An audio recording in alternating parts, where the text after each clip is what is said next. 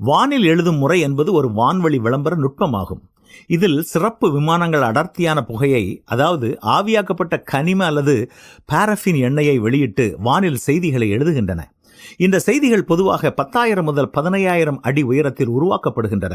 இவற்றில் 1 மைல் உயரம் வரையிலான எழுத்துக்கள் இடம்பெற்று 20 மைல் தொலைவிலிருந்து பார்க்கக்கூடிய வகையில் இருக்கும்.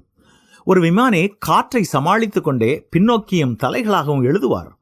இதன் மூலம் ஒரு பயணத்திற்கு 25-30 எழுத்துக்கள் வரை உருவாக்குவார். ஈரப்பதம் மற்றும் காற்று போன்ற வளிமண்டல நிலைமைகளை பொறுத்து செய்திகள் பொதுவாக சுமார் 20 முதல் 30 நிமிடங்கள் வரை நீடிக்கும். இதை மனதில் வைத்துக்கொண்டு மற்றொரு நிகழ்வையும் கவனியுங்கள். கடந்த 1 மாத காலத்தில் எனது தொழில் வாழ்க்கையில் வேறு எந்த காலத்திலும் இல்லாத அளவிற்கு அதிகமான வேலை நேர்காணல்களை நடத்தும் வாய்ப்பு எனக்கு கிடைத்தது. கல்லூரியிலிருந்து புதிதாக பட்டம் பெற்றவர்கள் முதல் நீண்ட அனுபவம் வாய்ந்த வல்லுநர்கள் வரை அனைவரையும் நான் சந்தித்தேன். நான் நடத்திய ஏறக்குறைய அனைத்து நேர்காணல்களின் முடிவிலும் ஒரு எளிய கேள்வியை கேட்டு உரையாடலை நிறைவு செய்தேன். இன்று நீங்கள் இருக்கும் நிலைக்கு உங்களை வடிவமைக்க உதவிய காரணிகள் எவை? ஒவ்வொருவரின் பதிலும் மிகவும் அர்த்தமுள்ளதாகவும் ஆழ்ந்த நுண்ணறிவு கொண்டதாகவும் அமைந்திருந்தது. பெற்றோர், ஆசிரியர்கள், தாத்தா, பாட்டி, முந்தைய மேலாளர்கள் என தொடங்கி தாங்கள் படித்த புத்தகங்கள் வரை அவர்கள் அளித்த பதில்கள் பலதரப்பட்டவைகளாக இருந்தன. ஆயினும் அவை அனைத்தும் மிகச் சிறப்பாக சிந்திக்கப்பட்டு மிகுந்த உணர்வுபூர்வமாக வெளிப்படுத்தப்பட்டிருந்தன.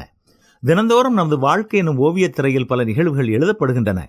பெரும்பாலான நேரங்களில் காலத்தின் மெல்லிய காற்று அவற்றை அடித்துச் சென்று விடுகிறது. ஆயினும் சில தருணங்கள், சில மனிதர்கள், சில அனுபவங்கள் ஆகியவை நமது வாழ்க்கையில் நிரந்தரமான முத்திரைகளை பதித்து விடுகின்றன. அதன் விளைவாகவே முற்றிலும் அறிமுகமற்ற ஒரு நபர் கேட்கும் நேர்காணல் கேள்விக்கு அவை பதிலாக அமைகின்றன.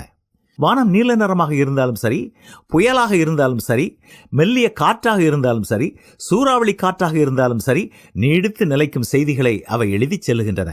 எளிதில் மறக்க முடியாத செய்திகள் அவை. நம்மை ஊக்கப்படுத்தும், உற்சாகப்படுத்தும், உத்வேகமூட்டும் மற்றும் காலத்தால் அழியாத செய்திகள் அவை.